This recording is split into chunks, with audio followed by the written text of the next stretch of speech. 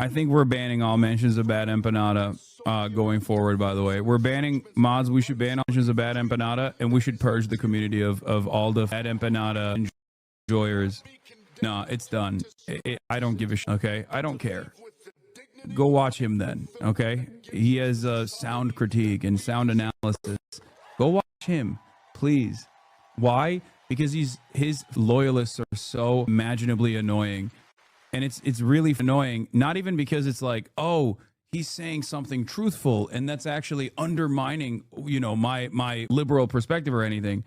It's annoying because it reminds me of how much of a failure I am and how much of a failure he is, because it shows me that people only listen to whatever like figure that they have parasocially invested themselves into, rather than, going on their own journey of learning and developing their own opinions. It's just another version of what I get mad about with respect to like people who love molestiny. Obviously, with Bad Empanada, we are aligned on the ultimate goals, I think. Okay? But it's so dumb and childish to come in here and be like, wow, he said this. I don't care. He is an irrelevant figure. He's even more irrelevant than I am. Okay? And I'm an irrelevant figure in the grand scheme of things as well. You guys have propped us up, myself and Bad Empanada and whoever the watch and listen to, as though we are these like these beacons, these political revolutionaries or whatever. Okay? It's not the case. It's not the case at all. We're cooked. We have no semblance of organizing. We have nothing. We just don't have anything. We don't have anything in this country. The best you can expect from a robust left movement in this country is to marginally improve the working conditions, marginally improve the living conditions of the working class in this nation, while also simultaneously urging American foreign policy to change its trajectory so it gets out of the way. Okay? That's it. And a lot of you guys don't understand that. You think like, I don't know. A lot of you guys just don't necessarily care about electoralism, and that's fine. Okay? I understand why some people would not choose to participate, but if you're not going to participate in it, then don't fling from the sidelines. Okay? Like, as long as it doesn't make him entirely wrong, man. There needs to be some kind of reckoning with the fact that someone's actual past is a killer. Okay? There you go. Once again, there are valid concerns to have here, 100%.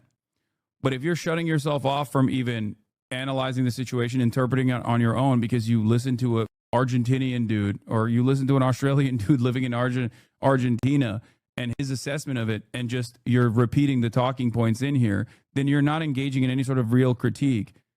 Okay? That's number one.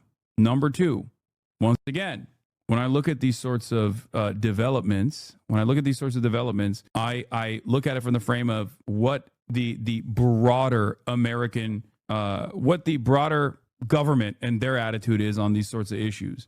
This person is above and beyond aligned with, at least the way he communicated himself so far.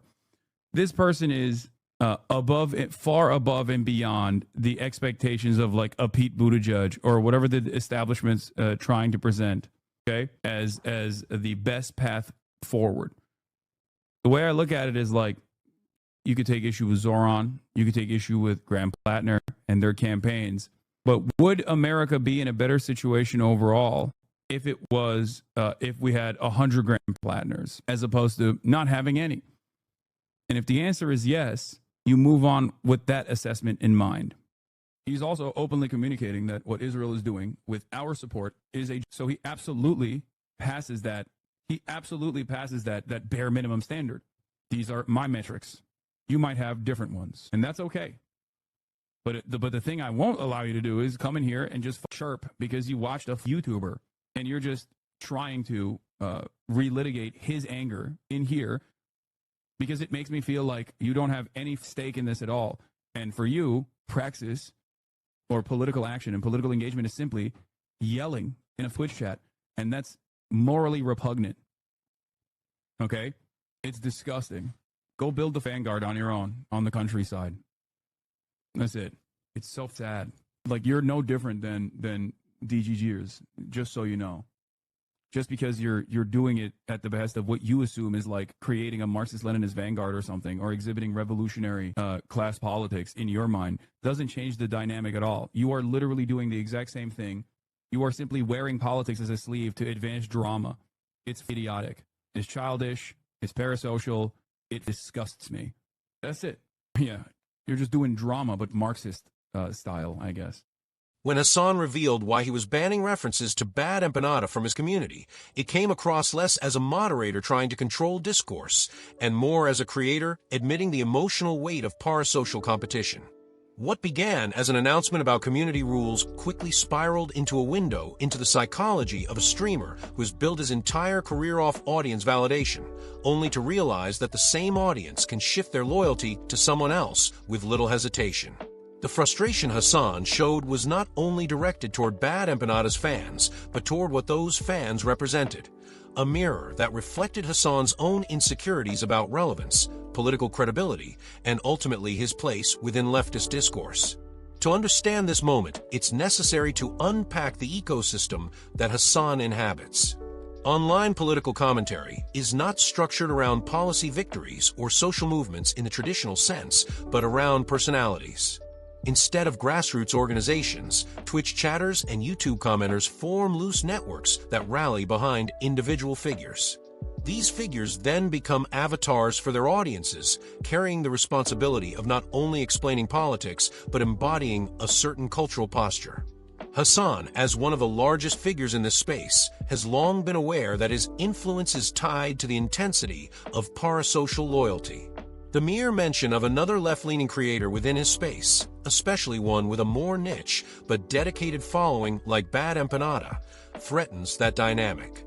What makes this dynamic even more complicated is that Hassan openly admitted that he and Bad Empanada ultimately want similar political outcomes. The disagreement is not rooted in policy so much as it is in perception, presentation, and allegiance. For Hassan, the real issue is not whether Bad Empanada makes valid critiques, but that fans treat those critiques as inherently superior simply because they come from someone else. It's the realization that online political education often functions less like a democratic process of ideas and more like sports fandom. People pick a team and then parrot the lines of their chosen figure.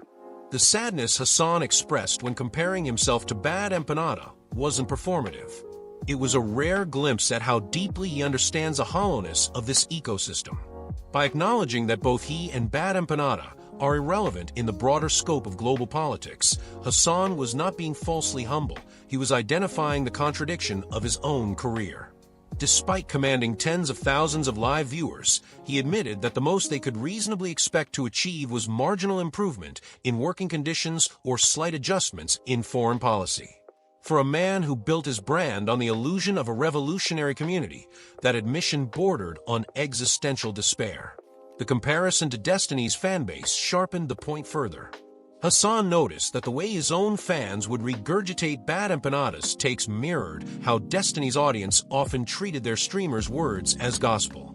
This observation revealed a cyclical pattern. No matter how loudly one critiques the parasocial ecosystem, eventually every creator succumbs to it. For Hassan, banning Bad Empanada mentions was less about the man himself and more about an attempt to sever a feedback loop that reminded him of his own inadequacy.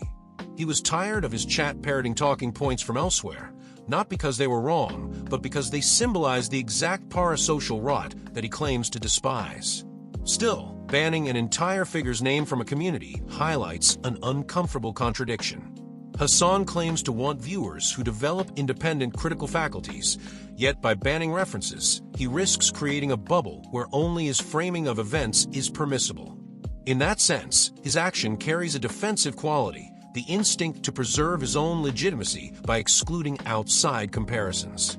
For someone who insists that fans should avoid passive consumption and think independently, the move undercuts that ideal. It implies that his insecurities, not his principles, are setting the boundaries of discourse. The sadness Hassan expressed about fans preferring someone else underscores the fragility of streamer identities.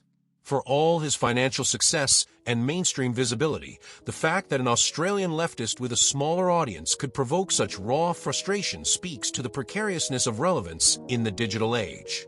The metrics of success, subscriber counts, viewership numbers, viral clips, cannot soothe the realization that audiences are fickle and that loyalty is never guaranteed.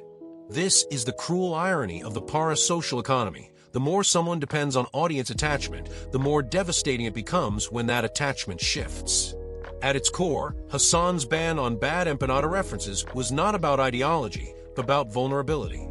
It was the act of a creator grappling with the painful recognition that his influence is not as stable as he once believed. By framing his rival as irrelevant while simultaneously being rattled by the rival's popularity, Hassan revealed the paradox at the heart of online political streaming. Irrelevance and relevance exist simultaneously, depending entirely on the lens through which the numbers are interpreted. And when he broadened his reflection to the left in America, Hassan's despair deepened. He reminded his audience that no matter how many debates streamers have or how many hours of content are consumed, the systemic obstacles remain nearly immovable. The left lacks organization, lacks institutional power, and lacks a coherent strategy beyond marginal reforms. Against that backdrop, the battle for online loyalty between himself and Bad Empanada appears almost trivial.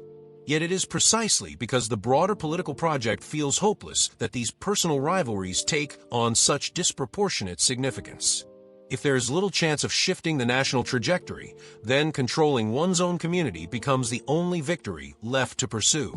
The comparison to Destiny fans crystallizes the tragedy further. Both communities claim to value rigorous debate and independent thought, but in practice, both end up reinforcing the authority of their chosen figure. Hassan's lament about being propped up as a revolutionary symbol, while knowing that he is powerless, reflects a deep contradiction that every political streamer faces. They are tasked with presenting themselves as leaders of change while privately knowing that their influence rarely extends beyond shaping the opinions of already politicized internet users. In banning mentions of Bad Empanada, Hassan tried to reclaim control over a space that no longer felt like his own. But the sadness in his explanation showed that he knows the real issue isn't Bad Empanada, nor Destiny, nor any rival streamer. The real issue is that parasocial politics breeds dependency, and dependency breeds insecurity. Every time a fan repeats another creator's argument, it chips away at the illusion of authority.